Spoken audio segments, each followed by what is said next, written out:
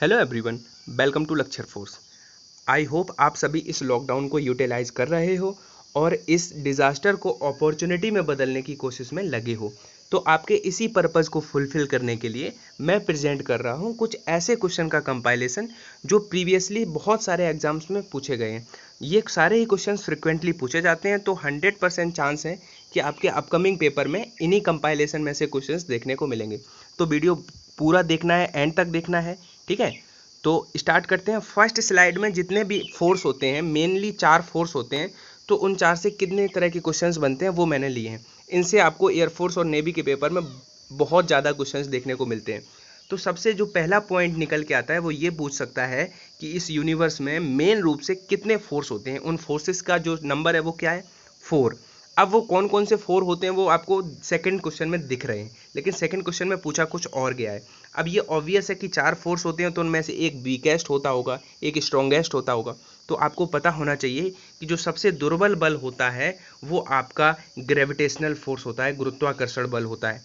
और सबसे जो प्रबल होता है वो स्ट्रॉन्ग न्यूक्लियर फोर्स होता है, प्रबल नाभिकीय बल होता है। उसके नाम में ही छुपा होता है प्रबल नाभिकीय बल, ठीक है। अब यहाँ से कुछ मैं आपको पॉइंट बता रहा हूँ जो यहाँ पे लिखे हुए नहीं है, वो आप एडिशनल लिख सकते हो और आपको बताऊंगा कि उनसे कैसे क्वेश्चंस बनते हैं। थर्ड क्वेश्चन भी देख लेते हैं। सबसे जो प्रबल नाभिकीय बल है वो कौन सा है, मैंने अभी बता दिया, प्रबल नाभिकीय बल। अब मैं कुछ पॉइंट लिखा रहा हूँ, उनको आप जरूर लिख लेना, क्योंकि इनकी जो कभी कहेगा कि सबसे, अब जैसे आपने यहाँ पे पढ़ लिया कि सबसे दुर्बल बल तो ये है, लेकिन क्या आपको पता है कि इसी बल की जो परास है वो सबसे अधिक होती है। परास जो है इसकी अनंत होती है, दुर्बल जरूर है लेकिन रेंज इसकी इन्फिनिटिव होती है। तो क्या वेरी करते हैं टाइप आपसे, वो मैं बता दूं कि अगर इनकी आपेक्षिक प्रबलता की बात करेगा तो पहले यहाँ पे ग्रेविटेशनल फोर्स लिख दिया मैंने, ठीक है। उसके बाद इलेक्ट्रोमैग्नेटिक फोर्स लिख दिया, यानी कि विद्युत चुंबकीय बल जो बी ऑप्शन में दिख रहा है। उसके बाद में दुर्बल वीकेस्ट न्यूक्लियर फोर्स लिख दिया। उसके बाद स्ट्रॉन्गेस्ट न्यूक्लियर फोर्स लिख दिया। इन चारों से ही क्वेश्चंस निकलेंगे। तो इसकी जो आपेक्षिक प्रबलता होती है, प्रबलता समझ सकते हो, ठीक है, माइनस का 38 होती है, 10 की घात माइनस 38। इलेक्ट्रोमैग्नेटिक फोर्स की 10 की घात माइनस 2। ये सारे पॉइंट अभी बताऊंगा कि इनसे कैसे क्वेश्चन निकलेंगे। अब जो वीकेस्ट होता है उसकी 10 टू द पावर माइनस 13 होती है, और जो स्ट्रॉन्गेस्ट होता है वो स्ट्रॉन्ग है तो उसकी 1 होती है, ठीक है। अब इन 4 पॉइंट से आपसे क्वेश्चन कैसे मिलेंगे। सपोज वो आपसे क्वेश्चन पूछेगा कि जो आपका इलेक्ट्रोमैग्नेटिक फोर्स है और उससे जो स्ट्रॉन्गेस्ट फोर्स है, जो प्रबल नाभिकीय बल है, वो कितने गुना प्रबल है।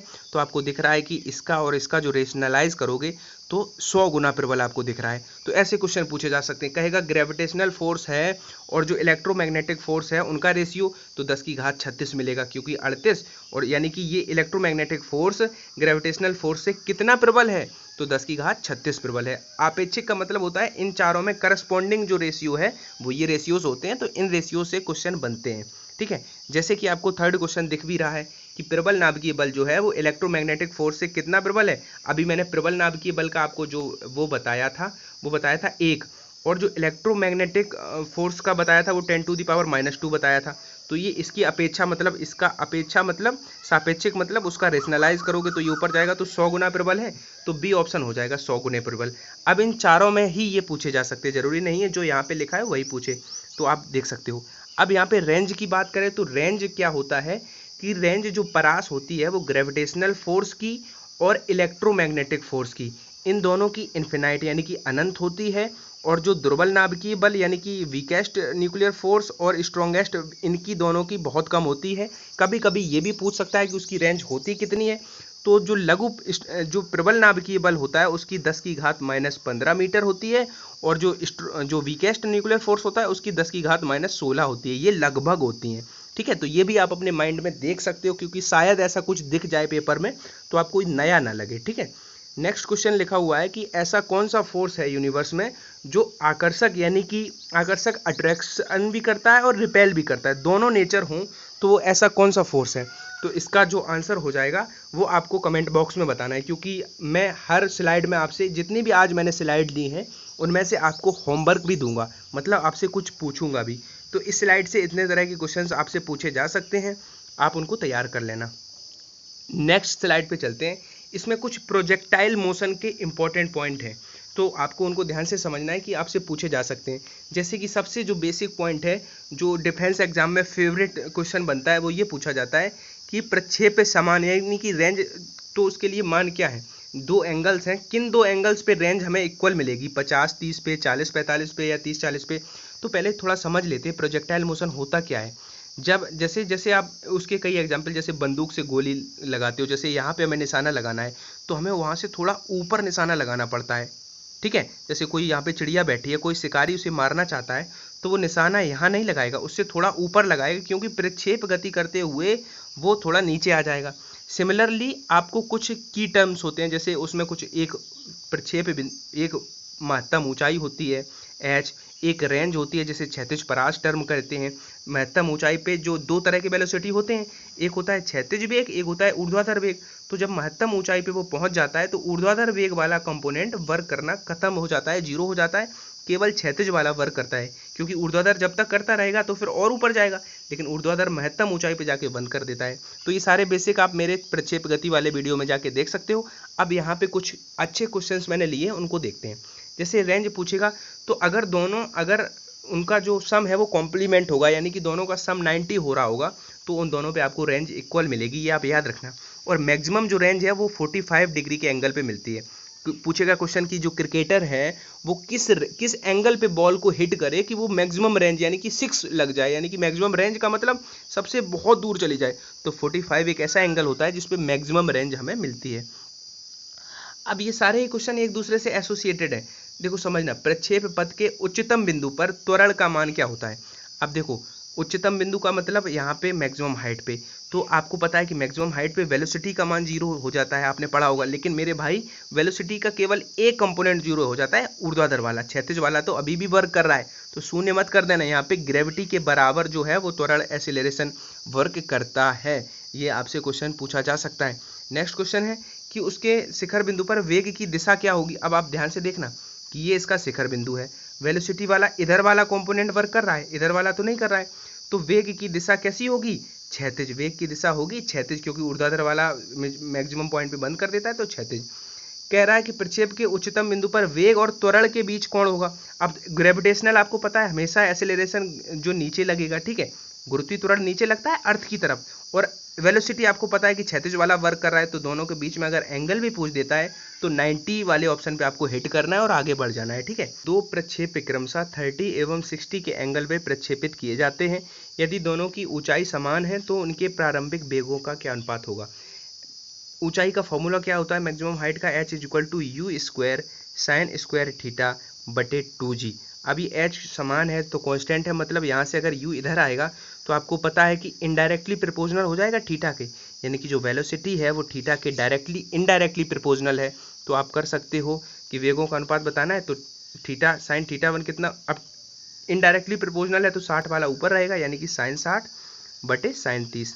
उस फॉर्मूले से देखा हमने इनडायरेक्टली, साइन 60 का वैल्यू √3/2, साइन 30 का वैल्यू 1/2, 2 से 2 कट गया तो √3:1, यानी कि डी ऑप्शन इसका राइट आंसर हो जाएगा, ठीक है। नेक्स्ट क्वेश्चन है, देखो ये फैक्ट बहुत इंपॉर्टेंट है, ये आप इसका स्क्रीनशॉट ले लो, याद कर लो, कुछ कर लो। अगर आपसे कहे कि रेंज समान है और हाइट h1 और h2 है तो उनका रेंज और हाइट में जो रिलेशन होता है वो होता है रेंज इक्वल टू 4√h1h2। इस रिजल्ट को आप एकदम याद रख लो क्योंकि इस रिजल्ट को फ्रिक्वेंटली पूछा जाता है। नेक्स्ट क्वेश्चन है कि अचर चाल से यानी कि कांस्टेंट स्पीड से अगर चल रही तो इसमें त्वरण संभव यानी कि किस तरह की मोशन में एक्सेलरेशन पॉसिबल होगा। परवलया प्रोजेक्टाइल में, सर्कुलर में, या जो सरल रेखा जो सीधे सिंपल लाइन का मोशन होगा, किस में। तो आप ये पॉइंट इंपॉर्टेंट है, याद रखना कि केवल सर्कुलर मोशन में वृत्तीय गति में अगर कांस्टेंट स्पीड रहे तभी भी एक्सेलरेशन होता है। और वो कौन सा एक्सेलरेशन होता है, अभिकेंद्रीय त्वरण, आपको पता होगा। तो ये बहुत अच्छा क्वेश्चन है, लड़के यूजुअली कंफ्यूज हो जाते हैं, तो इसमें क्या हो जाएगा, अभिकेंद्रीय त्वरण। नेक्स्ट क्वेश्चन देखते हैं। यार आज की क्या है कि बहुत डिस्टर्ब कर रहा है मेरा जो रिकॉर्डर है, तो इसमें डिस्टर्ब हो रहा है मेरा। जैसे एक पिंड है, r त्रिज्या के वृत्तीय पथ पर एक समान चाल से घूम रहा है तो कोणीय त्वरण होगा। तो कोणीय, देखो जो त्वरण, आप जरूरी इसमें बहुत ज़्यादा कन्फ्यूजन होगी क्योंकि आपको पता है कि हमने सर ने बताया कि वृत्तीय गति में जो होता है वो त्वरण होता है, लेकिन मैंने ये नहीं बताया कि अगर वो यूनिफॉर्म स्पीड से चले तब भी उसमें एंगुलर एक्सीलरेशन होगा, तब एंगुलर एक्सीलरेशन 0 होगा। अभिकेंद्रीय त्वरण होता है, ना कि कोणीय त्वरण। कोणीय त्वरण जब नहीं होगा जब एक समान चाल से चलेगा। अगर कभी भी एक समान चाल यानी कि यूनिफॉर्म वेलोसिटी से चल रहा है तो उसका एंगुलर एक्सीलरेशन हमेशा 0 हो जाएगा। ठीक, नेक्स्ट क्वेश्चन है, देखो अगर प्रोजेक्ट जो सर्कुलर मोशन वैसे मैंने करा दिया है, लेकिन ये क्वेश्चन ऐसे हैं जो चांसेस हैं कि पूछे जा सकते हैं। जैसे 1 मीटर त्रिज्या के वृत्तीय पथ पर प्रति सेकंड 5 चक्कर लगाता है तो अभिकेंद्री त्वरण का मान क्या होगा। अब देखो अभिकेंद्रीय बल क्या होता है, mv²/r, F बराबर क्या होता है ma। तो यहाँ से कंपैरिजन कराएं तो एसिलेरेशन हमें v²/r मिल गया, हमें वही निकालना है। एसिलेरेशन होता है v²/r, v होती है वेलोसिटी, चाल बराबर दूरी बटे समय। अब एक वृत्ताकार पथ पे दूरी कितनी चलेगा, 2πr। समय कितना ले रहा है, 1 सेकंड में 5 चक्कर लगा रहा है तो 1 सेकंड। अब ये एक के लिए होगा लेकिन 5 चक्कर लगा रहा है तो 5 से गुणा किया। अब यहाँ पे बिकॉज स्क्वायर है तो इस पूरे का स्क्वायर करेंगे और बटे में रेडियस रखेंगे जो कि 1 है, 1 मीटर की। अब देखो 2 का स्क्वायर 4 और 5 का स्क्वायर 25 और 25 का 4 में गुणा करेंगे तो 100 और 100 पाई स्क्वायर आपको कहाँ दिख रहा है, डी ऑप्शन में दिख रहा है। तो इस तरह से अप्रोच करना है। अगर समझ में नहीं आया तो आप उसको वैसे भी देख सकते हो, पीछे करके, आगे पीछे करके। बस, चंद्रमा पर एक बम विस्फोट होता है, पृथ्वी पर इसकी ध्वनि कितने समय बाद सुनाई देगी। तो इससे रिलेटेड जितने भी क्वेश्चंस में बनते हैं वो सभी बता दूं। देखो first of all you should know कि चंद्रमा पे जो होता है वो वायुमंडल नहीं होता है, ठीक है। तो इसका आंसर तो हो जाएगा डी, राइट आंसर। और चंद्रमा पर जैसे ग्रेविटी यहाँ पे जी होती है अर्थ पे, तो मून पे G/6 होती है। तो एक क्वेश्चन पूछा जाता है कि एक वेट है, उसका भार है 60 किलोग्राम और उसको चंद्रमा पर ले जाया जाता है तो उसका वेट कितना रह जाता है, तो उसका वेट रह जाता है 1/6, यानी कि 60 का 1/6 करेंगे 10 kg। चंद्रमा पर कितना रह जाएगा, 10 kg। लेकिन केवल यही नहीं पता होना चाहिए, इसके जितने भी एस्पेक्ट होते हैं, अदरवाइज आप क्वेश्चंस को जल्दी में बौखलाहट के साथ गलत कर दोगे। क्योंकि एक क्वेश्चन इस तरह से भी पूछ लेता है वो कि अगर अर्थ पे कोई व्यक्ति छलांग लगा रहा है, ठीक है, और छलांग लगा लेता है वो 10 मीटर हाइट तक, या ऐसे मान लेते हैं 36 तक हाइट तक लगा लेता है, तो चंद्रमा पर कितना लगा लेगा। तो no doubt most of the student जिनने इस तरह का क्वेश्चंस नहीं किया होगा वो 1/6 की आदत हो जाती है, चंद्रमा मतलब 1/6। तो मेरे भाई पहले कॉन्सेप्ट समझ लो कि क्या 1/6 रहता है। ग्रेविटी 1/6 रहती है। ग्रेविटी का मतलब होता है गुरुत्वाकर्षण, जो ऊपर से नीचे की ओर लगता है। अगर वो कम लग रहा है चंद्रमा पर तो वेट तो ऑब्वियस है, वेट कम हो जाएगा, क्योंकि वेट में mg होता है। वेट का मतलब भार mg, यानी कि जी के डायरेक्टली अगर जी कम है तो वेट भी कम हो रहा है। लेकिन अगर कोई उछाल मार रहा है 36 तक और चंद्रमा पर उछाल और अधिक मारेगा, क्योंकि ग्रेविटी कम होगा, यानी कि ऊपर से जो दबाव है वो कम होगा और वो अधिक तक वो करेगा। तो ये आदत मत बनाने ना 1/6 की, तो इसमें 6 टाइम भी हो सकता है, ठीक है। तो इस तरह से अगर उछाल मारा पूछ रहा है तो फिर अधिक हो जाता है, और अगर वो नॉर्मली पूछ रहा है वेट तो वो 1/6 रह जाता है, ठीक है। और चंद्रमा पर पलायन वेग जो होता है वो कितना होता है, 2.46 किलोमीटर पर सेकेंड, और अपने अर्थ पे होता है 11.2 किलोमीटर पर सेकेंड। जो एस्केप वेलोसिटी रहती है वो भी कई बार पूछी गई है। तो चंद्रमा पर कितनी रहती है, गैसों का वर्ग माध्य मूल वेग, तभी तो वहाँ पे वायुमंडल नहीं है, क्योंकि बहुत जल्दी पलायन कर जाती हैं, क्योंकि वेलोसिटी बहुत कम होती है, 2 से बहुत जल्दी पलायन कर जाती हैं गैसें वहाँ पे, इसलिए वहाँ पे वायुमंडल नहीं है। तो आई थिंक इसका आप जो एक्सप्लेनेशन है देने की नीड नहीं है। सेकंड क्वेश्चन का आप लोग देख सकते हो कि डी आंसर हो जाएगा। नेक्स्ट क्वेश्चन है, देखो ये क्वेश्चंस क्या है, ट्रेंडिंग क्वेश्चंस हैं, कॉम्पिटिटिव एग्जाम में बहुत पूछे जाते हैं। 30 डिग्री सेंटीग्रेड पर जल से भरी एक बंद बोतल चंद्रमा पर ले जाई गई है, तो वहाँ पर अगर ढक्कन खोल दी जाती है उसकी तो क्या होगा, तो जो वाटर है वो बॉयल करने लगेगा। और इस वीडियो में लास्ट में मैंने बहुत न्यूमेरिकल, इतने इंपॉर्टेंट न्यूमेरिकल्स भी लिए हैं कि मतलब अब क्या करूँगा मैं, नया इनिशिएट है कि आपको ऑब्जेक्टिव और न्यूमेरिकल पूरा एक मिसलेनियस टाइप का एक जो सेशन है वो दिया करूँगा वेरी सुन। यार ट्राईपॉड नहीं आ पा रहा है, अदरवाइज मैंने तो प्लान करके रखा है कि मैं वाइट बोर्ड पे न्यूमेरिकल के लिए मैं बहुत एक्साइटेड हूँ आप लोगों को एक नए अंदाज में कराने के लिए। लेकिन कोई नहीं, आई विल मैं इसमें क्या होता है, जैसे मैं कंटेंट लेता हूँ तो जैसे स्क्रीनशॉट ही है कोई, तो मुझे जैसे अब ये है, इसमें ये क्वेश्चन सबको पता होगा कि फोर्स और उसमें प्रेशर में क्या रिलेशन होता है। लेकिन मुझे आपको क्या बताना था कि मनुष्य सबसे कम दाब कब लगाता है। जो मनुष्य है जब लेटा होगा या जब बैठा होगा या जब एक पैर पर खड़ा है या दोनों पैर पर खड़ा है, ये क्वेश्चंस भी पूछा गया है, कई एग्जाम में पूछा गया है, कई बार पूछा गया है। तो you should know the concept, पहले आपको कॉन्सेप्ट पता होना चाहिए कि कम दाब का पूछ रहा है। ये आदत मत बना लो कि एक पैर पे खड़ा हो। आई नो कि एक पैर के अंगूठे पर अगर खड़ा है तो वो सबसे अधिक प्रेशर लगाएगा, और अगर वो लेटा है तो सबसे कम लगाएगा। तो कभी सोचा क्योंकि जो फोर्स होता है वो होता है, जो पावर होता है वो होता है force upon area, force upon area. होता है, पावर होता है फोर्स अपॉन एरिया, यानी कि जो फोर्स होता है, दाब होता है, वो एरिया के इनडायरेक्टली प्रोपोर्शनल होता है। यानी कि अगर एरिया आप बढ़ाओगे तो आपका जो फोर्स है वो कम हो जाएगा, और एरिया कम करोगे तो फोर्स अधिक हो जाएगा। अब क्या पूछ रहा है इसमें, सबसे कम, यानी कि फोर्स कम होने के लिए एरिया सबसे अधिक होना चाहिए।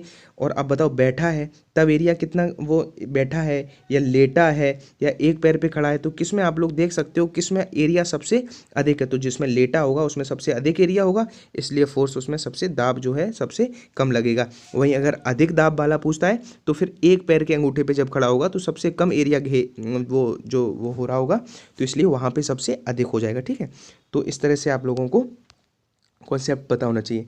अब देखो, विस्कोसिटी जो कोफिशिएंट होता है, श्यानता गुणांक, उससे रिलेटेड क्वेश्चन, उसकी बीमा, ये सब पूछे जाते हैं। सबसे पहले तो उसकी डायमेंशन होती है ml⁻⁻1 t⁻⁻1। ठीक है, शायद ये प्लांक कांस्टेंट की होती है, आई एम नॉट श्योर, मतलब मैं अभी श्योर नहीं हूँ, लेकिन आप लोग बताना कि किसकी बीमा ये और होती है श्यानता गुणांक के अलावा। लेकिन इस क्वेश्चन में ये पूछ रहा है कि अगर टेम्परेचर को इंक्रीज करते हो तो जो विस्कोसिटी कॉफिशिएंट है वो क्या होता है, तो गैसेस का इंक्रीज होता है और द्रवों का घटता है, डिक्रीज होता है। ठीक है, आप लोग एकदम से याद रखना कि ताप बढ़ाने पर श्यानता गुणांक पे क्या इफेक्ट पड़ता है। अब श्यानता क्या होती है, श्यानता होती है मतलब गाढ़ापन, मतलब किसी भी लिक्विड का गाढ़ापन। ठीक है, ये आपको पता होगा श्यानता क्या होती है। ठीक है, अब देखो, अब मैंने ये क्वेश्चन क्यों लिया है, क्योंकि मैं आपको सीमांत वेग का थोड़ा सा एक वो देना चाह रहा हूँ कि सीमांत वेग क्या होता है और उससे रिलेटेड कैसे क्वेश्चन बनते हैं, इसलिए मैंने ये दो लिए हैं। जैसे ये सीमांत वेग क्या होता है, पहले तो बढ़ता रहता है वेग, लेकिन एक सिचुएशन ऐसी आती है जब कोई चीज़ को फेंका जाता है ऊपर से नीचे, तो उसके बाद फिर एक कांस्टेंट वेलोसिटी हो जाती है, उसको सीमांत वेग कहते हैं। ठीक है, ये डेफिनेशन आपसे पूछी नहीं जाएगी क्योंकि डिस्क्रिप्टिव पेपर तो है नहीं। ऑब्जेक्टिव पॉइंट ऑफ व्यू से आपको क्या पता होना चाहिए, जो सीमांत वेग का फॉर्मूला होता है वो पता होना चाहिए। क्यों, अभी बता रहा हूँ। होता है 2/9 r² rho minus sigma into eta upon में जी। ठीक है, इससे क्या होगा कि कई बार सीमांत वेग और रिलेशन त्रिज्या में, जो गोली फेंकी जाती है उसकी त्रिज्या में रिलेशन पूछा जाता है, तो v, जैसे इसके नेक्स्ट क्वेश्चन में ही पूछा गया है, तो v is indirectly proportional to r²। ठीक है, इस तरह से। और एक स्टोक्स ने नियम दिया था, इसी में याद आ रहा है मुझे, F का जो फोर्स होता है उसका दिया था 6 π ∗ RV। तो इसमें अगर पूछा जाए बल, तो बल में अगर देखा जाए तो बल उसके डायरेक्टली प्रोपोर्शनल होता है आर के, और ठीक है, तो ये वेलोसिटी के भी डायरेक्टली प्रोपोर्शनल होता है। तो ये सब छोटी छोटी बातें हैं, तो आई नो कि मैं ये सब करा चुका हूँ, लेकिन फिर भी नीड है, क्योंकि नए सेशंस में नए स्टूडेंट्स भी जुड़ते हैं, तो कुछ ना कुछ रिवीजन तो, क्योंकि ये करंट अफेयर्स तो है नहीं जो हर तीसरे दिन राज्यपाल बदल रहा है, कहीं का वो बदल रहा है। फिजिक्स है, कुछ स्टैटिक चीज़ें होती हैं, उनका रिवीजन बहुत ज़रूरी होता है, टाइम टू टाइम आपको रिवीजन करना चाहिए। इसलिए जो पुराने स्टूडेंट्स हैं वो अभी कुछ सेशंस तक थोड़ा पेशेंस रखें। ठीक है, क्योंकि नए स्टूडेंट्स की मैं कमेंट देख रहा हूँ तो वो कहते हैं सर 0 लेवल से, स्टार लेवल से, तो उनको जैसे ये मिसलेनियस है, मैं टॉपिक वाइज भी कराऊंगा तो उसमें थोड़ा टाइम लगेगा। ठीक है, लेकिन जब तक जो मिल रहा है उसको डाइजेस्ट करो। जल की छोटी छोटी बूंदें से एक मिलकर बड़ी वो बनती है, तो उसकी पृष्ठ ऊर्जा घटती है। लेकिन मैंने ये तो पता होगा, लेकिन यहाँ पे एक क्वेश्चन बहुत पूछा जाता है, एक द्रव ठोस को पृष्ठ को नहीं भिगोते हैं जब स्पर्श कोण कितना होता है। तो मैंने शायद प्रीवियस ही वीडियो में भी बताया था कि जैसे पारा होता है, ठीक है, इसमें पारा भरा हुआ है और कांच की अगर इसमें डुबोएंगे तो जो अधिक कोण बनता है पारे के साथ, क्योंकि उसका जो कोहेसिव और अधेसिव फोर्स होते हैं, मैंने समझाया था अच्छे से, तो इस वजह से क्या होता है, जो नहीं भिगोते हैं उसके लिए 90 से अधिक यानी कि ऑब्ट्यूस एंगल बनता है, लेकिन जो भिगो देते हैं जैसे और पारे जैसे नॉर्मली वाटर होता है तो उसका एक्यूट एंगल बनता है। ठीक है, अब कह रहा है शुद्ध जल तथा कांच की प्लेट का स्पर्श कोण। अब ये तो ऑब्वियस है कि न्यून कोण बनेगा, क्योंकि जल में और कांच में न्यून कोण बनता है और पारे के साथ अधिक कोण बनता है, लेकिन न्यून कोण में 8 डिग्री बनता है। इसमें कंफ्यूज नहीं होना। एक लड़के ने कल भी कमेंट किया था, अगर शुद्ध जल कह रहा है तब फिर यहाँ पे 0 डिग्री हो जाएगा, अदरवाइज 8 डिग्री होता है पानी के लिए, नॉर्मल वाटर के लिए। ठीक है, और 90 चांदी के लिए होता है, वो कॉन्टैक्ट एंगल में बता रहा हूँ। तो नेक्स्ट क्वेश्चन है, ये भी होते हैं कि अगर साबुन होता है तो 40/R हो जाता है, जो अधिक दाब है, और अगर जो यहाँ पे कह रहा है बुलबुला एक वायु का बुलबुला है तो उसमें 2T/R ही रहता है, क्योंकि साबुन में 2 लेयर हो जाती हैं, तो उसमें एरिया जो है 2 टाइम्स उसका मल्टीपल करते हैं तब वो 4T/R हो जाता है। जो आइडियल गैस होती है उसकी जो इंटरनल एनर्जी है वो किस पे डिपेंड करती है? तो जो आइडियल गैस है उसकी इंटरनल एनर्जी टेम्परेचर पे डिपेंड है। अब आइडियल गैस क्या होती है? आपने बायल और चार्ल्स के नियम पढ़े होंगे। तो ऐसी गैस जो बायल और चार्ल्स के रूल्स का कंप्लीटली जो है पालन करती है, तो उन रूल्स को फुलफिल करती है, तो वो एक आइडियल गैस होती है। ठीक है। अब बायल के नियम में क्या होता है, एक मैंने बताया भी था आपको याद करने का, PVT। तो P मतलब प्रेशर, मतलब चार्ल्स के नियम में जो है प्रेशर कांस्टेंट रहता है और बायल के नियम में टेम्परेचर कांस्टेंट रहता है। PVT बाद में बायल आता है और बाद में इसमें इसमें PVT में बाद में T आ रहा है, और चालू P से होता है, चार्ल्स में P प्रेशर आता है। तो इस तरह से देख सकते हो आप लोग। नेक्स्ट क्वेश्चन देखते हैं। समतापी अवस्था में आदर्श गैस को दी गई ऊष्मा किसके काम आती है? तो समतापी ऊष्मा में बाह्य कार्य करने में आती है। और देखो आदर्श गैस की जो आंतरिक ऊर्जा की अवधारणा है वो ऊष्मागतिकी के फर्स्ट नियम से दिए जाती है। अब ऊष्मागतिकी का जो फर्स्ट नियम है वो क्या है कि जो अगर किसी उसको प्रक्रम को दोगे आप, तो कुछ उसका एनर्जी का जो होगा वो आंतरिक ऊर्जा में परिवर्तन करेगा और कुछ बाह्य कार्य को करने लगेगा। जी, ये फर्स्ट नियम पढ़ा होगा। शून्यवा नियम पढ़ा होगा कि दो वस्तुएं अगर तापी साम्य में अलग अलग हैं तो तीसरी वस्तु को लाते हैं तो उससे भी ये तापी साम्य में होगी। ये शून्यवा नियम तो इस तरह से पढ़ा होगा। तो ये क्वेश्चन नेक्स्ट शायद इसमें है भी वो कि नहीं है, चलो कोई नहीं। प्रत्येक गैस आदर्श गैस के समान कब व्यवहार करती है? तो ये देखो पता तो होता है, इजी क्वेश्चन है, लेकिन इसमें कंफ्यूज हो जाते हो। तो हाई टेम्परेचर याद रखना, उच्च ताप और निम्न दाब। उच्च ताप और जब निम्न दाब होगा यानी कि हाई टेम्परेचर और लो प्रेशर होगा, तभी वो एक आइडियल गैस की तरह बिहेव करती है। वैसे नॉर्मली कोई आइडियल गैस होती नहीं है इस यूनिवर्स में, आइडियल गैस एग्जिस्ट नहीं करती है, बस कुछ मान लिया जाता है कि हाँ आइडियल गैस वो है। अब देखो ये क्वेश्चन बहुत अच्छा है, मोस्ट इंपॉर्टेंट क्वेश्चन है। अगर आप लोग इसको खुद से ट्राई करो, मैं ये रिकमेंड करूंगा कि आप लोग इसको पॉज करके खुद से करो, मतलब एक एडवाइस दूंगा। इससे क्या होगा कि आपकी इन्हेंस होगी क्या कैपेबिलिटी थिंकिंग की, थॉट प्रोसेस इससे चेंज होती है। आपने कौन सा वे लगाया, फिर मैंने कौन सा एक्सप्लेन किया। तो जो सिंपल हार्मोनिक मोशन है उसका अधिकतम त्वरण यानी कि मैक्सिमम एसेलेरेशन दिया गया है इतना, और अधिकतम वेग यानी कि मैक्सिमम वेलोसिटी दी गई है इतना। तो पिंड का आयाम यानी कि एम्पलीट्यूड पूछा गया है, मोस्ट इंपॉर्टेंट क्वेश्चन। आपको पता होगा जो यू मैक्सिमम होता है वो क्या होता है, ए ओमेगा, और जो अल्फा मैक्सिमम होता है यानी कि त्वरण एसिलेरेशन वो होता है ओमेगा स्क्वायर ए। अगर ये मैक्सिमम वाली आपको रिलेशन पता है then you can find easily. अब क्या करो, इनको डिवाइड कर दो आपस में। तो यू मैक्सिमम कितना है, यू मैक्सिमम दिया गया है 16 बटे अल्फा मैक्सिमम कितना है 24, हमने डिवाइड कर दिया। उस तरफ डिवाइड करेंगे तो एम्पलीट्यूड से एम्पलीट्यूड कट जाएगा, एक ओमेगा कट जाएगा, नहीं कि 1/ओमेगा। तो अगर हम इनका व्युत्क्रम कर देंगे तो ओमेगा अपन को कितना मिल जाएगा, 8 से कट कर दोगे तो 2/3 यानी कि 3/2 मिल गया ओमेगा। अब आपको ओमेगा 3/2 मिल गया, यहाँ तक आपको समझ में आ गया होगा। मैं लिख रहा हूँ ओमेगा मिल गया 3/2। अब ओमेगा बराबर क्या होता है 3/2। ठीक है, अब कोई भी एक ले लो। चलो अपन ले लेते हैं यू मैक्सिमम। तो यू मैक्सिमम होता है ओमेगा ए। अब ओमेगा है 3/2 इंटू ए यानी कि हमसे पूछा गया एम्पलीट्यूड, और यू मैक्सिमम है कितना 16, यू मैक्सिमम है 16।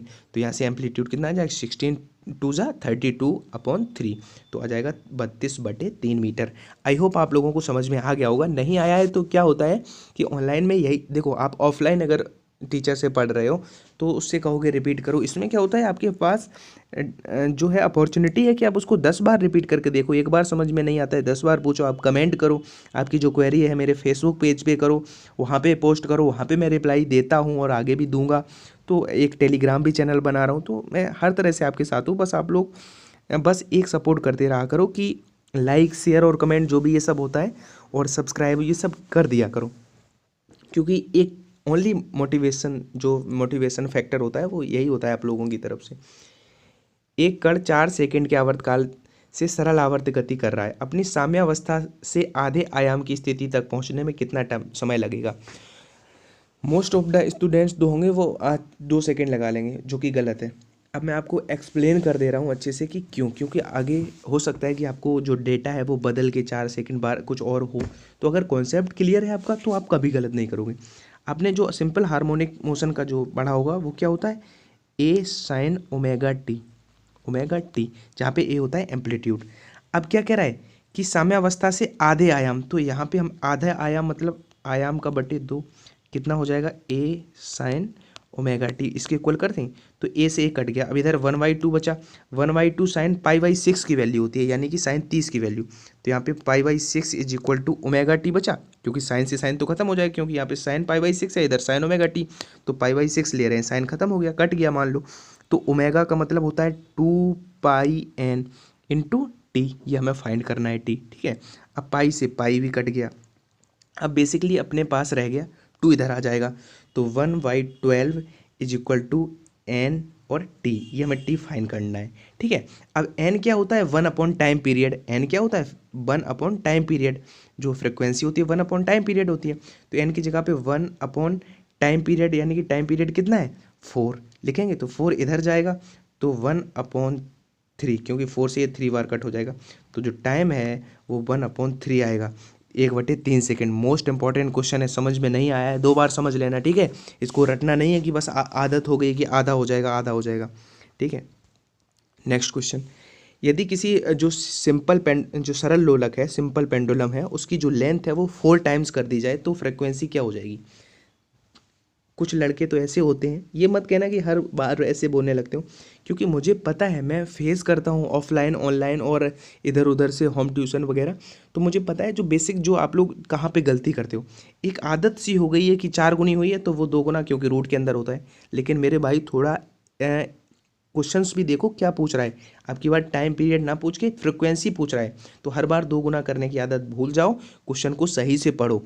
इस बार सबसे कम जो लड़के जो रहे हैं वो फिजिक्स में मार्क्स किसी के वैसे ओवरऑल 43 आ रहे हैं, फिजिक्स में कम आ रहे हैं, क्यों, आप फोकस सही से क्वेश्चन ही नहीं पढ़ते हो। फ्रिक्वेंसी पूछ गए, आपका जो टाइम पीरियड होता है 2π किस तरह से वेरिएट करता है, √L/g, यानी कि उसकी जो लेंथ के स्क्वायर रूट के डायरेक्टली प्रोपोर्शनल होता है टी। तो अगर टी होता है तो लेंथ 4 टाइम्स हो जाएगी, तो ये रूट से बाहर आएगा, तो जो टी है वो 2 टाइम्स होएगा, 2 गुना। लेकिन अगर टी 2 टाइम्स होगा और टी जो होता है वो इनडायरेक्टली प्रोपोर्शनल होता है, तो फ्रिक्वेंसी के अगर टी 2 गुना हो रहा है तो फ्रिक्वेंसी हाफ हो जाएगी, आधी हो जाएगी, ठीक है।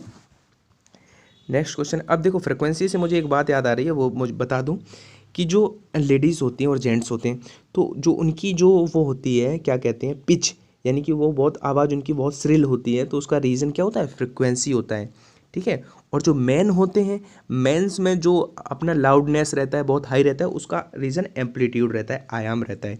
ये 2 बातें मुझे आपको बतानी थी, ठीक है। नेक्स्ट न्यूमेरिकल है, अच्छा न्यूमेरिकल है।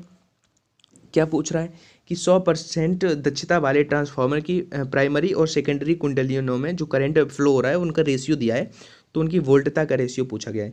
बेसिकली ये क्वेश्चन बहुत ईजी है, अगर आपने पीछे कभी किया है और आप एग्जाम हॉल में गए हो तो आप एक बार देख के गए हो, अगर आपकी आंखों से गुजर के गया है तब तो आप देख के ही क्लिक कर दोगे।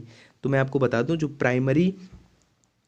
जो IP प्राइमरी का और IS सेकेंडरी का करंट का जो रेशियो होता है वो अपोजिट होता है V के, यानी कि VS/VP, ठीक है। तो इस तरह से इसका अपोजिट, इसका ये आंसर हो जाएगा। नेक्स्ट क्वेश्चन है इस बार देखो क्वेश्चन ये पूछा गया था अर्धायु वाला, और मैंने आपको ट्रिक्स भी बताई थी। अब आप लोग चैनल विजिट नहीं करते हो, अब क्या कहूँ मैं, बार बार वही बात छोड़ो। यदि किसी समय पर किसी रेडियो एक्टिव प्रतिदर्श में इतने इतने सक्रिय परमाणु हैं, तो 8 अर्धायु के बाद शेष सक्रिय परमाणु कितने बचेंगे, ये बताने। 8 अर्धायु के बाद मैंने आपको सिंपल सा फंडा बताया था कि आपको बस ये देखना है कि पहली बात तो ये 2 का मल्टीपल होगा। अब आपको ये देखना है कि 2 की कितनी पावर है। सिंपली मैंने बताया था, रेस्ट के लिए क्या बताया था, n0/2n। केवल यही फॉर्मूला अगर आप याद करके जाते तब भी आप कर देते। तो n0 कितना है 1, अब देखो कैलकुलेशन में दिखा रहा हूँ, यहाँ पे लिख दे रहा हूँ, n0/2n करना था बस, जो रेस्ट n बचेगा। अब n0 1.024 इंटू 10⁻²4/2 की पावर 8 करेंगे तो 2 की पावर 8 कितना हो जाएगा, 256, ठीक है। अब यहाँ पे पॉइंट है, 3 अंक के बाद दशमलव है, तो यहाँ से 3 कम हो जाएंगे, यानी कि 2 की पावर 21 बचेगा। अब 256 से इसको 1024 को कट करेंगे तो 4 टाइम्स कट हो जाएगा, क्योंकि लगभग ये 300 है, तो 300 और 300 है ना, तो 4 टाइम्स इसको कट कर लो। ये 2 की पावर 8 है और ये 1024 2 की पावर 10 होता है, तो 2 की पावर 2 बचेगा जब कट होगा, तो 2 की पावर 2 का मतलब 4, यानी कि 4 × 10⁻21 इसका राइट आंसर हो जाएगा। बस ये आप फॉर्मूला याद रख लेना, n0/2n, ठीक है। और अर्धायु से क्वेश्चन आया है तो नो डाउट आगे भी आएगा। किसी एंड द्वार के लिए 3 क्रमशः इतने हैं तो निर्गत y क्या होगा, तो एंड के लिए क्या हो जाता है मल्टीपल, और इसकी सारणी भी और के लिए प्लस होता है, एंड के लिए और सत्यता सारणी भी इसकी कभी कभी पूछता है ये किस गेट की है, फिगर भी पूछता है, एंड वाला डी होता है ऐसे, डी एंड में डी आ रहा है तो डी बनता है, और उसमें और वाले में थोड़ा ऐसे बन जाता है। सत्यता सारणी में क्या होता है, एंड में क्या होता है मल्टीपल, जैसे 1 है और 0 मल्टीपल होकर 0 आना चाहिए था लेकिन नहीं, उल्टा आता है 1। तो इस तरह से जो सत्यता बूलियन ये सभी होते हैं वो चैनल पर जाके देख, सिंपली सर्च करना logic gate by Lakshya Air Force, then you can find easily जो वीडियो है वो मिल जाएगा। जो परम शून्य ताप होता है, सबसे पहले तो ये पता होना चाहिए कितना होता है, 0 केल्विन या माइनस का 273.16 ऐसे कुछ डिग्री सेंटीग्रेड, ये पता होना चाहिए। फर्स्ट क्वेश्चन ये भी पूछा जाता है। तो अगर परम उससे कम ताप कुछ होता ही नहीं है। अगर परम शून्य ताप पर जर्मेनियम और सिलिकॉन जो होते हैं, जो आपको पता है सेमीकंडक्टर्स होते हैं, सेमीकंडक्टर्स तो होते हैं, सेमीकंडक्टर देखो, कंडक्टर का मतलब बहुत अच्छा चालक, और सेमीकंडक्टर का और बैड मतलब जो बैड कंडक्टर जो नहीं होगा चालक, अचालक, तो सेमीकंडक्टर होता है वो बीच का होता है, चालकता भी उसमें होती है और कुचालकता भी होती है। तो पूछ रहा है अगर परम शून्य ताप है तो क्या अर्धचालक कैसा बिहेव करेंगे, अतिचालक वाला या अर्धचालक वाला या आदर्श। तो मैं आपको बता दूं, अगर 0 ताप है तो आदर्श कुचालक, यानी कि तब उनमें कोई इलेक्ट्रिसिटी करंट या कुछ भी फ्लो नहीं हो सकता, वो एक आदर्श आइडियल कुचालक यानी कि बैड कंडक्टर हो जाएंगे। ठीक है, क्यों, क्योंकि टेम्परेचर जब हम इंक्रीज करते हैं तभी तो रेजिस्टेंस जो होता है सेमीकंडक्टर का वो डिक्रीज होता है। रेजिस्टेंस का मतलब रुकावट, यानी कि ताप बढ़ाने पे रुकावट कम हो रही है, रुकावट कम होने का मतलब थोड़ा थोड़ा फ्लो हो रहा है, यानी कि वो चालकता उनकी बढ़ रही है। ताप कम बढ़ाने पर अर्धचालकों की चालकता बढ़ती है और रेजिस्टेंस कम होता है। अब ताप ही आप 0 कर दे रहे हो तो फिर वो बैड कंडक्टर हो जाएंगे। ठीक है, क्या कह रहा है, एक आयाम मॉड्यूलित तरंग, अब मॉड्यूलेशन डिमॉड्यूलेशन तो आपने पढ़ा ही होगा। अब मॉडम का फुल फॉर्म कई बार पूछा गया है, मॉडम ने भी एग्जाम में, तो मॉड्यूलेशन डिमॉड्यूलेशन। ठीक है, तो क्या कह रहा है, देखो ये क्वेश्चन क्या है कि मैक्सिमम एम्पलीट्यूड और मिनिमम एम्पलीट्यूड देके मॉड्यूलेशन जो सूचकांक है वो आपसे पूछता है। तो आप सिंपली एक फॉर्मूला याद रखना, जो उसका मॉड्यूलेशन सूचकांक का होता है वो ए मैक्सिमम, यानी कि amplitude maximum minus amplitude minimum बटे ए मैक्सिमम प्लस ए मिनिमम, ये याद रखना है। ए मैक्सिमम कितना है 10 है ना, 10 माइनस 2 अपॉन 10 प्लस 2, फॉर्मूला याद रखना है, 8/12 हो जाएगा, 4 से कट करोगे तो 2/3, यानी कि ए इसका राइट आंसर हो जाएगा। ये फॉर्मूला बेस्ड क्वेश्चन है, आपको फॉर्मूला याद होना चाहिए। अब देखो लास्ट क्वेश्चन है आज का, बहुत इंपॉर्टेंट। इसके साथ मैं आपको एक बात बताऊंगा जो मोस्ट कन्फ्यूजिंग है। दूर संचार से संबंधित तरंगे हैं माइक्रोवेव। ठीक है, अब कितने वेरिएशन बनते हैं इसकी पूछेगा, सबसे अधिक जो है वेवलेंथ किसकी होती है, सबसे अधिक फ्रिक्वेंसी किसकी होती है। अब वेवलेंथ में क्या करते हो आप लोग, गामा रट लिया, गामा ही कर देते हो। आपको नहीं करना है, आप लोगों को मैं एक याद करा देता हूँ, टेक्निक बता देता हूँ। Reliance mobile is very useful for X Y, या फॉर एक्स लास्ट में एक्स वाई करना है, ये याद रख लेना यहाँ से। Reliance mobile is very useful for X Y, मतलब कोई एक लड़का है एक्स वाई, उसके लिए रिलायंस जियो ने कितना अच्छा कर दिया, फ्री में आप लोग पढ़ सकते हो, अनअकैडमी से कहीं से भी इधर उधर से यूट्यूब से पढ़ सकते हो। तो Reliance mobile is very useful for X Y. अब आर से हो गया रेडियो वेव, ठीक है, एम से हो गया माइक्रोवेव। इनका इंक्रीजिंग और डिक्रीजिंग अभी समझा रहा हूँ कि कहाँ फ्रिक्वेंसी बढ़ती है, कहाँ वेवलेंथ बढ़ती है। माइक्रो, इन्फ्रा से इंफ्रारेड, आई से इंफ्रा मतलब अवरक्त किरणें, कभी कभी 4 दे के रीअरेंज करवाता है तो वो आप गलत नहीं करोगे।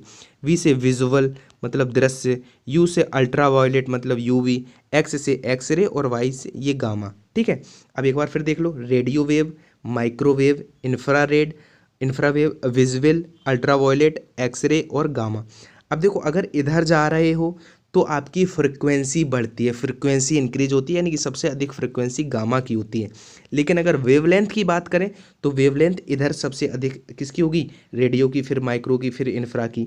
तो आई होप आप इस तरह का क्वेश्चन गलत नहीं करोगे। और इससे क्वेश्चन क्या पूछा जाता है, रिमोट होता है जो टीवी का रिमोट, वो कौन सी रेज होती हैं उसमें जिससे वो काम करता है, तो उसमें कौन सी, अवरक्त यानी कि इंफ्रारेड होती हैं, अवरक्त किरणें। ठीक है, इंफ्रारेड पूछा जाता है। जो ओवम होता है खाना वाना बनाने में किचन में, उसमें कौन सा होता है, तो उसमें माइक्रोवेव वर्क्स करती हैं। ठीक है, और विजुअल जो आपने लाइमन बामर पास्चन फुंड वो पढ़ी हैं, तो उनमें जो लाइम बामर होती है, बामर सेकंड नंबर वाली, वो विजुअल होती है।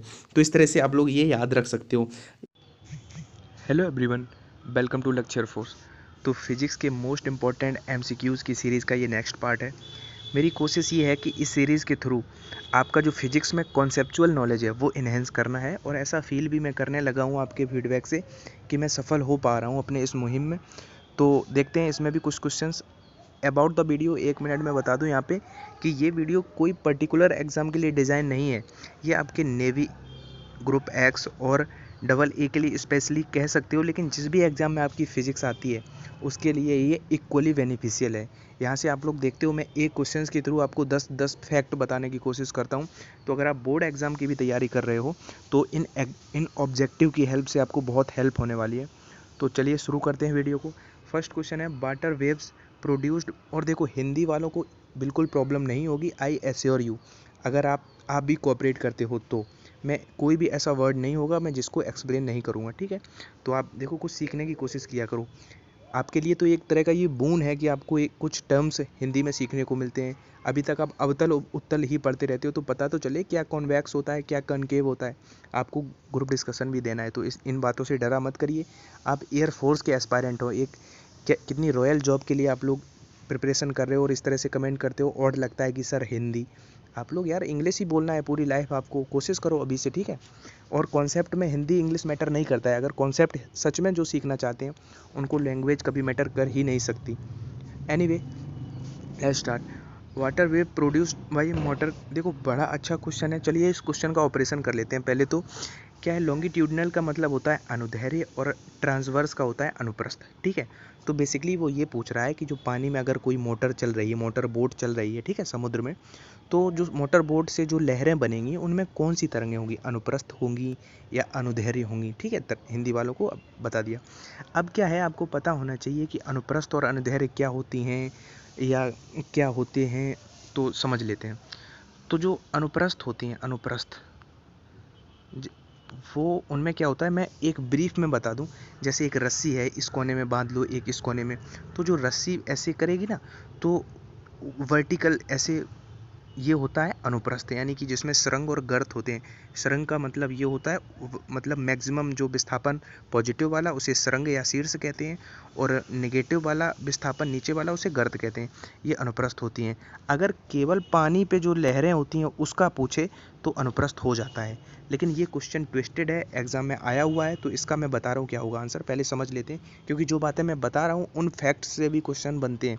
कोई भी इररिलेवेंट बात को आपको नहीं बताऊंगा मैं, जो भी बताऊं हर चीज़ का आपको नोट्स बनाना है, ठीक है। अब क्या होता है, अनुदैर्ध्य में क्या होता है, संपीड़न और विरलन बनते हैं। संपीड़न और विरलन, अब इनका टर्म समझ लेते हैं ये क्या होते हैं, क्योंकि इस पर भी क्वेश्चन आ चुका है।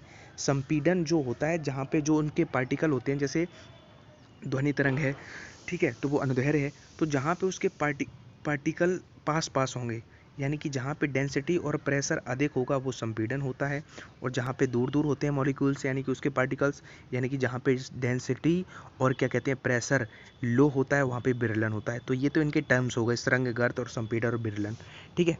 अब समझ लेते हैं कि इस क्वेश्चन का आंसर क्या होगा। इसका आंसर होगा बोथ, यानी कि लॉन्गिट्यूडनल। आप घबराइए मत, ना कन्फ्यूज होइए। अगर पहली बार ये क्वेश्चन देखा है तो नो डाउट आपको थोड़ा वो लग सकता है, लेकिन बिलीव मी इसका आंसर होगा बी, यानी कि लॉन्गिट्यूडनल यानी कि अनुदैर्ध्य भी, और ट्रांसवर्स यानी कि अनुप्रस्थ भी, ठीक है।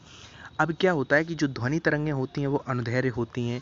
अब देखो प्रकाश जो प्रकाश की ध्रुवण की घटना होती है उसी की वजह से उसकी पुष्ट होती है, जो वो कैसी होती है, ट्रांसवर्स यानी कि अनुप्रस्थ वाली, ठीक है। तो आई होप आपको समझ में आ गया होगा, यानी कि इसका बी आंसर सही हो जाएगा, ठीक है। अब आपको पता चल गया सुरंग क्या होते हैं, गर्त क्या होते हैं, संपीड़न और विरलन, ठीक है। तो ये क्वेश्चन याद रखना है, इसमें बोथ बनती हैं, ठीक है। मोटर वाला अगर क्वेश्चन अगर नॉर्मल वेव पूछता, ठीक है, तो और एक बात और मैं नहीं बता पाया, देखो कि जो अनुप्रस्थ तरंगें होती हैं, अनुप्रस्थ तरंगें क्या होती हैं कि केवल ठोसों में ही गमन कर सकती हैं, और अनुदैर्ध्य होती हैं वो ठोस, द्रव, गैस तीनों में ही कर सकती हैं, ठीक है। ये भी पूछे जाते हैं। तो जो मैं फैक्ट बता रहा हूँ इनमें से मोस्टली तो आपको पता होंगे, लेकिन जो ना पता हो उनको नोट डाउन जरूर करते जाना, ठीक है। क्योंकि मैं जो अब तक ला रहा हूँ वो बहुत ही आपके लिए एकदम पेनेसिया चीज़ें हैं सभी। Speed of sound wave in air, यानी कि एयर में, यानी कि हवा में, हिंदी वालों भी समझ लो। वैसे इसमें ऐसा कोई टर्म नहीं है जो आपको ना समझ में आए। तो साउंड की जो स्पीड है, साउंड का मतलब समझते हो, ध्वनि तरंगें, हवा में ध्वनि तरंगें इन ऑप्शंस के अकॉर्डिंग क्या होगा, इंडिपेंडेंट ऑफ टेम्परेचर, यानी कि टेम्परेचर का कोई प्रभाव नहीं पड़ेगा उन पे, या इंक्रीज सॉरी, या इंक्रीज विद द प्रेशर, यानी कि प्रेशर बढ़ाने पर वो बढ़ जाएगी उनकी स्पीड, या इंक्रीज विद इंक्रीज ह्यूमिडिटी, यानी कि आर्द्रता, ह्यूमिडिटी का मतलब होता है आर्द्रता, यानी कि आर्द्रता बढ़ाने पे उनकी स्पीड भी बढ़ जाएगी साउंड की, या डिक्रीज विद। तो मैं आपको एक लाप्लांस का संशोधन वो सब आपने अगर पढ़े हो, तो जो वेलोसिटी का फॉर्मूला एक डेराइव किया होगा, गामा पी अपॉन डी, ठीक है, इस अंडर रूट में, जहाँ पे पी होता है प्रेशर और डी होती है डेंसिटी। यहाँ पे समझ लेना, कोई चीज़ होती है अगर आप उसको अच्छे से समझ लेते हो, कॉन्सेप्चुअली स्ट्रांग हो, तो फिर अगर एग्जाम में क्वेश्चन कितना भी ट्विस्ट कर दे, वो कितना भी लैंग्वेज के साथ खेल दे, तो आपसे मिस्टेक नहीं होगी। और मेरी कोशिश यही है कि केवल इस क्वेश्चन से हमें मतलब नहीं है, लेकिन उस क्वेश्चन से रिलेटेड जो भी इन्फॉर्मेशन है वो समझ लो। अब क्या होता है, अगर एयर की बात करें, फॉर एयर स्पेशली, तो उसमें गामा और पी कांस्टेंट रहते हैं, यानी कि प्रेशर का कोई इफेक्ट नहीं होता, यानी कि V is indirectly proportional to density का स्क्वायर रूट, यानी कि डेंसिटी अगर बढ़ेगी तो ये घटेगा, और ये घटेगी तो ये बढ़ेगा। अब ये कह रहा है कि ह्यूमिडिटी बढ़ रही है, ह्यूमिडिटी बढ़ रही है तो पता है कि मॉइस्चर उसका कैसा हो जाएगा, आपको भी पता है ये डिक्रीज़ होगा, और अगर डेंसिटी डिक्रीज़ होगी तो ये इंक्रीज़ होगा, क्योंकि इनडायरेक्टली प्रोपोर्शनल है। तो आप लोग याद रखना, इंक्रीज़ विद इंक्रीज़ ह्यूमिडिटी, यानी कि अगर आर्द्रता बढ़ रही है तो साउंड ऑफ स्पीड भी इंक्रीज़ होगी, ठीक है। ये क्वेश्चन बहुत आता है। नेक्स्ट है, calculate the power of crane in watt, watt में कैलकुलेट करना है।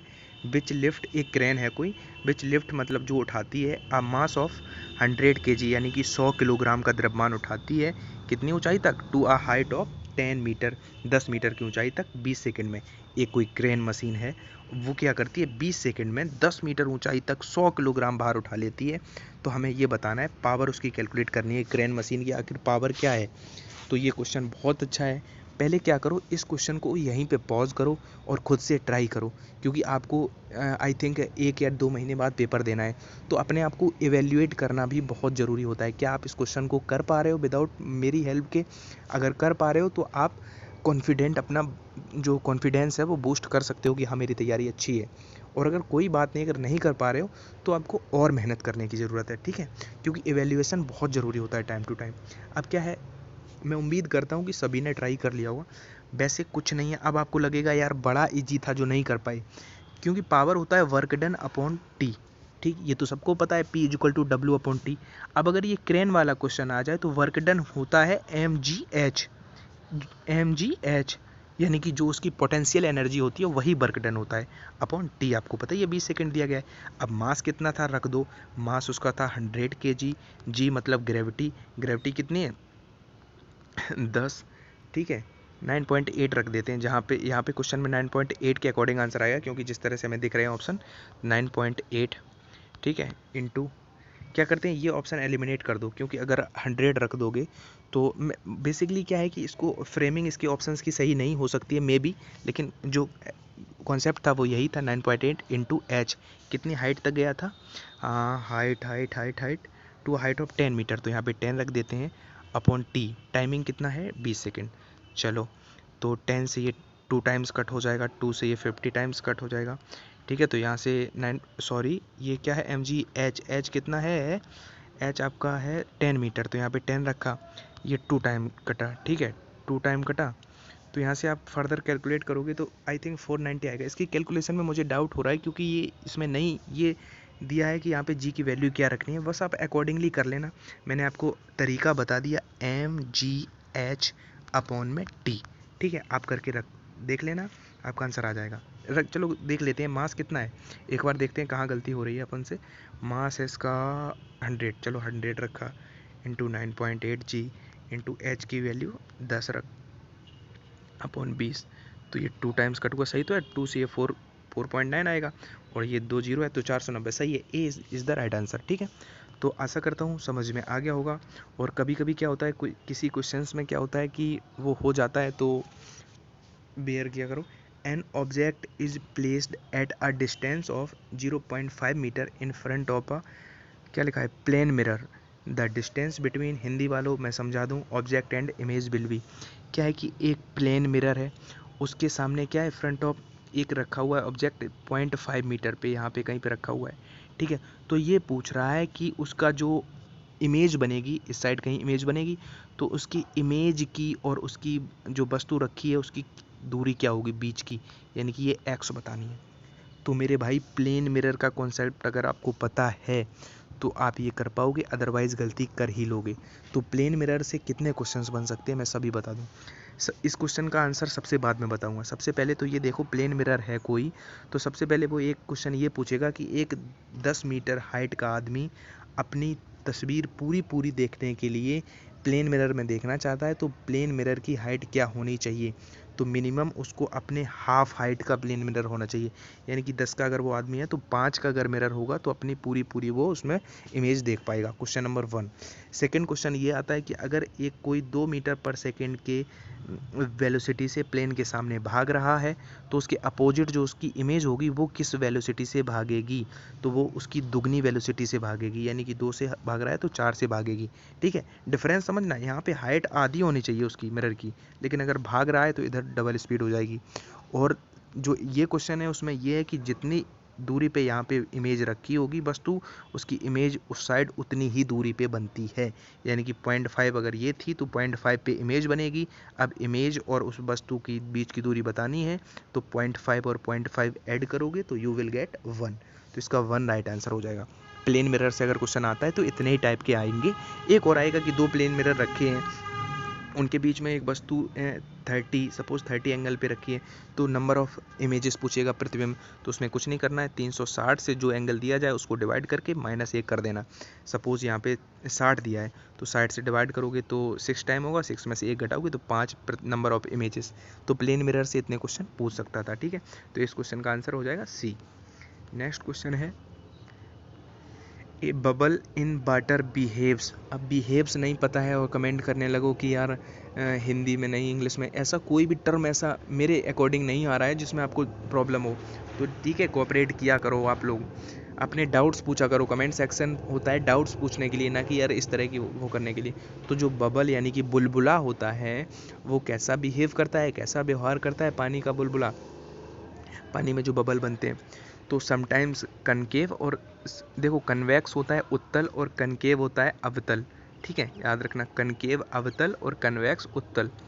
तो कभी कभी अवतल और कभी कभी उत्तल की तरह, या ऑप्शन बी कनकेव यानी कि हमेशा अवतल की, या कनकेव कन्वेक्स या उत्तल, या हमेशा कैसा। तो आपको मैं बता दूं जो होता है वो कनकेव की तरह, कनकेव लेंस की तरह बिहेव करेगा। ये क्वेश्चन फैक्ट है, याद रखना। डाइवर्जिंग कन्वर्जिंग पढ़े होंगे आप लोगों ने, तो इसी तरह से। अब देखो कमेंट सेक्शन में अभी पॉज करो, देखो कुछ चीज़ें क्या होती हैं, अपनी हाथों को भी कष्ट दो, कमेंट करो। अभी बताओ, मैंने 10 बार बताया कि कौन डाइवर्ज करता है कौन कन्वर्ज करता है, कौन सा लेंस। मैं एक्सपेक्ट कर सकता हूँ इतनी तो आप लोगों से, इतनी चीज़ें। नेक्स्ट क्वेश्चन है, वी कंबाइन टू लेंस, हमने 2 लेंसों को जोड़ दिया। वन इज कन्वेक्स, एक तुम्हारा उत्तल था, एंड अदर इज कनकेव, एक तुम्हारा कैसा था, कॉनकेव यानी कि अवतल था। दोनों को हमने जोड़ दिया। हैविंग फोकल लेंथ, जो उनकी जो फोकल लेंथ यानी कि फोकस दूरी थी, एक की f1 थी दूसरी की f2 थी, दोनों को हमने जोड़ दिया, ठीक। And their combine focal length is f, जो उनकी कंबाइन यानी कि कॉम्बिनेशन की, उनकी जोड़ने के बाद फोकस दूरी है वो f है। तो हमें ये बताना है कि अगर वो कॉम्बिनेशन वाला जो पूरा कॉम्बिनेशन होकर जो लेंस बना है वो बिहेव कर रहा है कनकेव यानी कि अवतल लेंस की तरह, कब करेगा। इन 4 ऑप्शंस में ऐसा क्या हो जाए जब वो कनकेव की तरह बिहेव करे।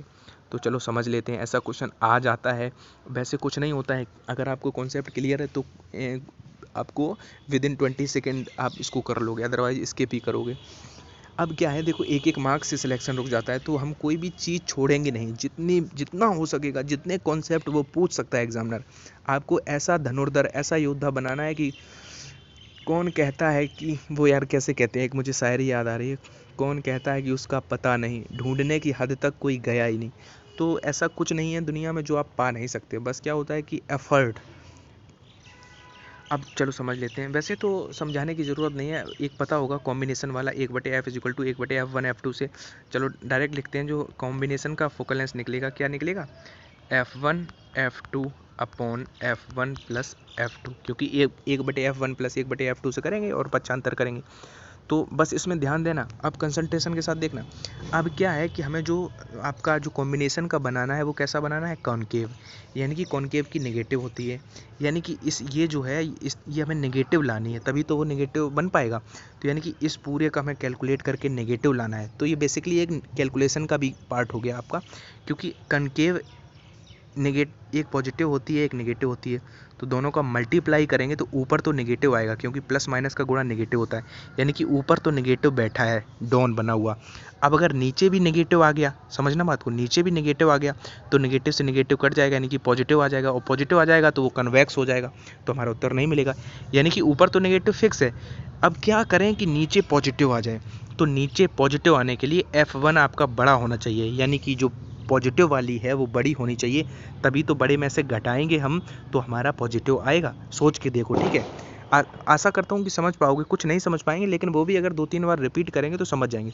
ध्यान से देखना, ऊपर तो नेगेटिव आ गया क्योंकि F1 F2 यानी कि मल्टीप्लाई करोगे, कॉम्बिनेशन वाली जो फोकस दूरी है वो यही तो आती है, तो ऊपर तो नेगेटिव फिक्स है। अब नीचे हमें पॉजिटिव लाना है, क्योंकि हमें फाइनली नेगेटिव लाना है। अगर नेगेटिव नीचे आ गया तो कट जाएगा, तो नेगेटिव रहेगा नहीं। तो नेगेटिव लाने के लिए हमेशा ये बड़ा होना चाहिए, बड़े में से जब, क्योंकि ये नेगेटिव है दूसरा वाला, तो ये जब घटेगा तो ज़्यादा में से कम घटेगा, तभी पॉजिटिव आ सकता है, और पॉजिटिव आने के लिए कंडीशन ए सेटिस्फाइड कर जाएगी, ठीक है। ये एनडीए में पूछा गया है, मैंने इसलिए इंक्लूड कर लिया है। और क्या करता है ग्रुप एक्स, बड़ा चालाक है। मोस्ट ऑफ द टाइम देखा जाता है कि एनडीए के जो क्वेश्चंस होते हैं, फिजिक्स के जो टेक्निकल क्वेश्चंस होते हैं, अभी तक वो उठा लेता है। तो इस एग्ज़ाम ये अभी तक नहीं आया, लेकिन इस क्वेश्चन के चांसेस हैं कि ये अब आ सकता है आपके अपकमिंग एग्जाम में। तो अगर नहीं समझ में आया तो रिपीट करके देखो, आ जाएगा। द फोकल लेंथ ऑफ आ बाइकॉन, देखो गलत लिखा है, ये कॉन्वेक्स लिखा है, कॉन्वेक्स। तो यहाँ पे क्या कर लो, कन्वेक्स कर लेना, ठीक है। बाई कन्वेक्स यानी कि उभयावतल। ये क्वेश्चन बहुत आता है, उभयावतल और उभयोत्तल, यानी कि जो ठीक है, समझाते हैं अभी पूरी बात। रेडियस कितना है, ईच सरफेसेस, प्रत्येक सतह की जो त्रिज्या है, जो रेडियस है वो 50 सेंटीमीटर है। एंड रिफ्रैक्टिव इंडेक्स यानी कि अपवर्तनांक कितना है, 1.5 है, तो आपको बताना है। अब देखो, मैं आपको पहले तो एक रामबाण दे दूं, जैसा कि मैं हर देता हूं हमेशा आपको, कि अगर बाई कॉन्वेक्स कहा जाए तो आंसर वही होगा जो आपकी प्रत्येक सरफेस की रेडियस देगा, यानी कि इसका 50 होगा, जब अपवर्तनांक 1.5 हो, यानी कि 3/2 हो। याद रखना, ये ग्रुप एक्स की फेवरेट चीज़ें बता रहा हूँ मैं आपकी, और क्वेश्चंस इन्हीं दो पे आएंगे, या तो बाई कॉन्वेक्स होगा या बाई कॉन्केव होगा। अगर बाई कॉन्वेक्स होता है तो आपको कोई एफर्ट नहीं डालने। क्यों नहीं डालने, वो अभी मैं समझा रहा हूँ पूरी बात, लेकिन एग्जाम में अप्रोच सीधा देख के जो आपको रेडियस दी हो ईच सरफेस की, वही हो जाती है। कैसे, समझ लेते हैं।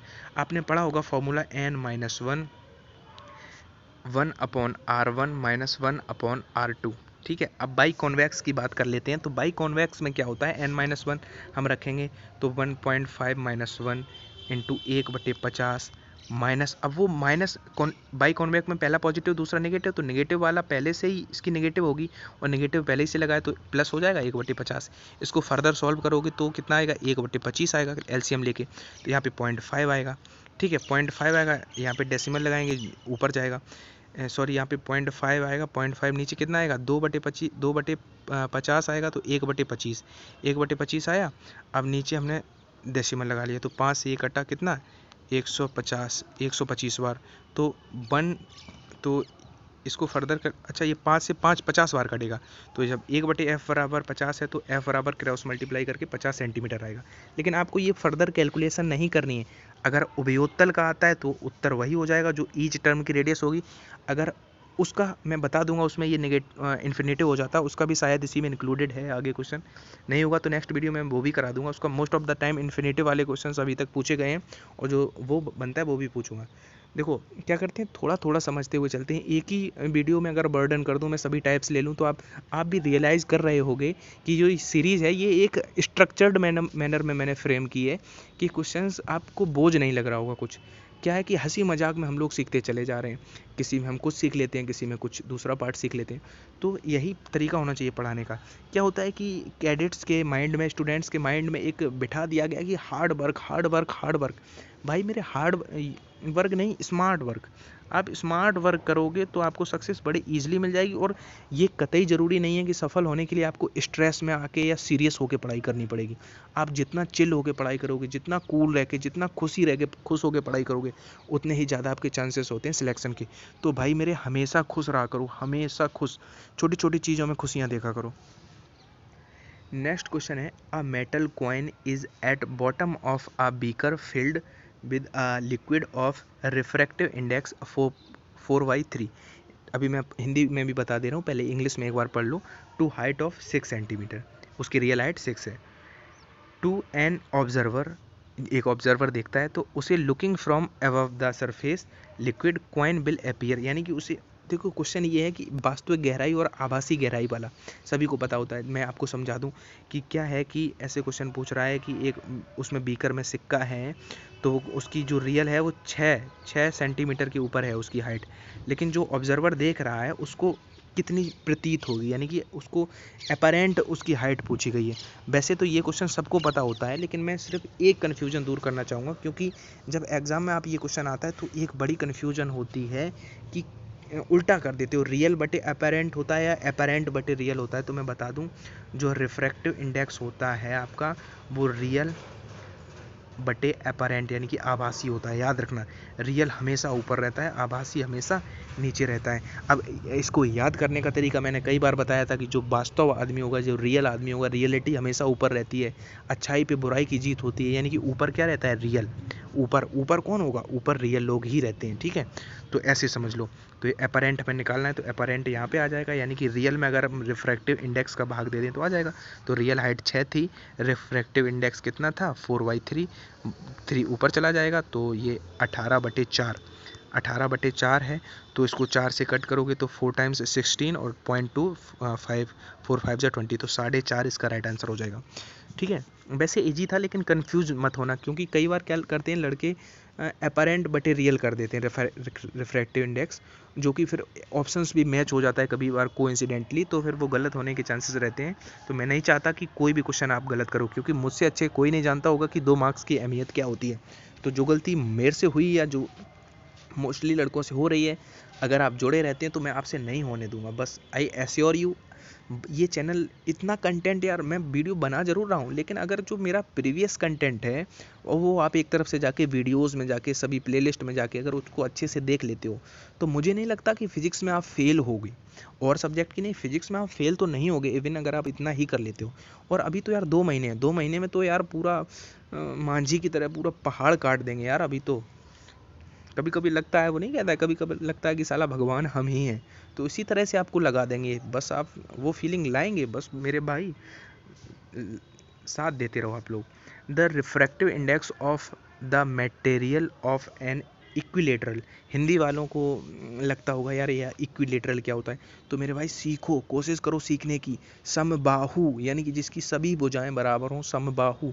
इक्विलेटरल देखते ही एक चीज़ तो आपके माइंड में क्लिक होने जानी चाहिए, आगे सवाल पढ़ना ही नहीं है, पहले तो इक्विलेटरल, जो एग्जाम की अप्रोच बता रहा हूँ, इक्विलेटरल देखा यानी कि समबाहु देखा, तो तुरंत क्लिक होना चाहिए कि उस प्रिज्म का कोण 60 होना चाहिए, क्योंकि समबाहु त्रिभुज का प्रत्येक एंगल 60 होता है, तो प्रिज्म कोण हमें दे दिया गया है इनडायरेक्टली। तो ये इस तरह से सोचना शुरू करो, तब सब सफल हो पाओगे। रिफ्रैक्ट प्रिज्म इज √3, ठीक है, उसका जो रिफ्रैक्टिव इंडेक्स है वो √3 दिया गया है। तो जो angle of minimum deviation, Hindi में होता है कुछ ऐसा टर्म होता है, अल्पतम विचलन कोण, अल्पतम विचलन कोण बताना है आपको, उसका रिफ्रैक्टिव इंडेक्स दिया गया है। तो सिंपली फॉर्मूला आपको याद करना है। कभी कभी कुछ चीज़ें मैं लर्न करने के लिए भी बताता हूँ, वन ऑफ देम ये वही है कि आप याद कर लेना, जो रिफ्रैक्टिव इंडेक्स होता है वो होता है sign A plus delta M बटे 2, यानी कि जो डेल्टा एम मैं लिख रहा हूँ वही अल्पतम विचलन कोण होता है, यानी कि मिनिमम डेविएशन एंगल होता है, अपॉन में साइन A/2। और जहाँ पे ए होता है वो प्रिज्म कोण होता है, जो प्रिज्म कोण आपको कभी कभी डायरेक्टली देगा। 60 ही वाले क्वेश्चन अभी तक आए हैं एयरफोर्स और नेवी में, तो प्रिज्म कोण या तो डायरेक्टली देगा वो, या तो वो कह देगा कि एक इक्विलेटरल ट्रायंगल है, तो इक्विलेटरल में वो 60 होता है, मैंने बता दिया। अब कैलकुलेट कर लो सब बातें, इसकी जगह पे √3 रख दो, तो √3 is equal to sine A plus delta M बटे 2 बटे साइन ए बटे 2, ए का मान हमने बताया कितना होगा 60, तो साइन ए बटे 2 करेंगे तो 30 हो जाएगा। साइन 30 की वैल्यू होती है 1/2, तो 1/2 इधर जाएगा तो इधर √3/2 हो जाएगा। √3/2 डायरेक्ट लिख दे रहे हैं, कैलकुलेशन करना सीखो। इधर √3/2 हो गया, √3/2 का मतलब साइन 30 हो गया, कितना हो गया साइन 60 हो गया। तो sine 60 is equal to sine A plus delta M बटे 2 मिलेगा, तो साइन से साइन खत्म हो गया। अब 60 is equal to delta A plus M बटे 2, तो 2 से इधर क्रॉस हुआ तो 120 होगा, तो 120 होगा और 60 इधर घटेगा तो 60 ही आ जाएगा। फर्दर कैलकुलेट आप लोग कर लोगे, देखो कैलकुलेशन पे वो मत किया करो, कैलकुलेट आप लोग कैलकुलेशन देख लिया करो, क्योंकि फ़ोन की स्क्रीन पे करता हूँ तो उतना उस तरह से नहीं हो पाता है। लेकिन वैसे अभी तक आपके डाउट्स आए नहीं हैं, किसी भी बच्चे का कोई इशू नहीं बनाया है कि हमें कैलकुलेशन समझ में नहीं आई, क्योंकि सभी लड़के अच्छे जुड़े हुए हैं हमसे। देखो लड़के कम जुड़े हुए हैं, लेकिन एक तो फील होने लगा है आप लोगों के कमेंट्स देख के कि आप सभी बहुत ग्रेट हो। आप लोगों की जो पॉजिटिविटी और कमेंट्स देख के लगने लगा है, अब मुझे फील होने लगा है कि ग्रुप एक्स का एस्पायरेंट सच में यार रॉयल होता है। Of the white light deviated most when passes through a prism, ये क्वेश्चन बहुत अच्छा है। प्रिज्म से जब पास करी जाती है जो लाइट है, श्वेत प्रकाश, हिंदी में समझ लो, जब श्वेत प्रकाश प्रिज्म से होकर वो कराया जाता है, पास कराया जाता है, तो कौन सा कलर सबसे ज़्यादा डेविएट होगा, आपका लाल या बैगनी या येलो या बोथ। तो विबग्योर आपने पढ़ा है, विबग्योर, इससे भी कई बार क्वेश्चन आ जाते हैं। विव GYOR, एक वाई कट कर देते हैं, तो इससे कितने क्वेश्चन बनते हैं वो सभी बता दे रहा हूँ। तो इसमें डेविएट में क्या होगा, लड़का ये डाउट रहेगा उसे रेड कर दूँ या वॉयलेट कर दूँ, ये तो 2 एलिमिनेट कर दोगे आई नो, लेकिन इनमें कन्फ्यूज होगे। जिनने रेड किया उनका एकदम गलत है, इसका आंसर होगा वॉयलेट। ठीक है, जो सबसे अधिक डेविएशन होता है वो वॉयलेट में होता है, सबसे कम होता है रेड में। अब आप लोग कमेंट करके बताओ कि किसकी जो तरंग दैर्घ्य है, वेवलेंथ है, वो सबसे अधिक होती है, ये आप लोग मुझे बताओ। ठीक है, अब क्या इसमें एक जो सबसे ट्रिकी क्वेश्चन बनता है वो मैं बता देता हूँ कि इसमें जो मिड का पूछते हैं यार, कई बार पूछा है VIBGY, तो जो ग्रीन रहता है वो मिड वाला रहता है, ठीक है, हरा वाला, ये कई बार क्वेश्चन पूछा गया है। अब इसको क्वेश्चन को फ्रेमिंग वो किसी भी तरह से कर सकता है। हाँ, और प्राइमरी कलर से भी पूछता है, कौन कौन से कलर प्राथमिक रंग हैं, कौन कौन से द्वितीयक हैं। तो नीला, पीला और हरा, ये प्राइमरी होते हैं। ठीक है, याद रखना आप लोग। फॉर टोटल जो TIR लिखा है इसको मैंने शॉर्ट में लिख दिया था यार, टोटल इंटरनल रिफ्रैक्शन यानी कि पूर्ण आंतरिक परावर्तन, उनके लिए कौन सी जो करेक्ट है, यानी कि light travels from rarer to denser, यानी कि रेयरर का मतलब होता है विरल, जब प्रकाश विरल माध्यम में जाता है सघन से, या जब सघन से विरल में जाता है, या केवल हवा में, या वाटर में ओनली। तो मैं इसको अच्छे से समझा दे रहा हूँ। जो टोटल इंटरनल रिफ्रैक्शन है वो तभी संभव है जब जो लाइट है वो ट्रेवल करे डेंसर से रेयर में, यानी कि सघन से विरल माध्यम में जाए। तो ये शर्त है उसके लिए, कई बार पूछी गई है, इसलिए सरल है लेकिन पूछा गया है इसलिए इम्पोर्टेंट है, तो कोई चीज़ रहने नहीं दूंगा। अब क्वेश्चन कैसे घुमा सकता है वो आपके भावनाओं के साथ खेल सकता है, जैसे आपकी एक्स आपकी भावनाओं के साथ खेल जाती है, तो ऐसे वो भी खेल सकता है। वो ऐसे कह सकता है कि जब 4 ऑप्शन इस तरह से देगा कि जब कांच से पानी में जाए, वायु से कांच में जाए, उससे उसमें जाए, तो आप समझना जो वायु होती है वो विरल का मतलब होता है जिसकी डेंसिटी कम हो। अगर वायु और कांच देगा तो जब कांच से वायु में जाना चाहिए, यानी कि घने वाले से विरल वाले में, ऐसे समझ लो, घने वाले से विरल यानी कि कांच से वायु। अगर हीरा और कांच देता है तो हीरे से कांच में जानी चाहिए, यानी कि कांच से हीरा होगा, वो ऑप्शन नहीं होगा। तो ये समझ लेना, यानी कि जिसका डेंसिटी अधिक होगी उससे कम डेंसिटी वाले में जाना चाहिए, ये उसकी शर्त होती है। ठीक है।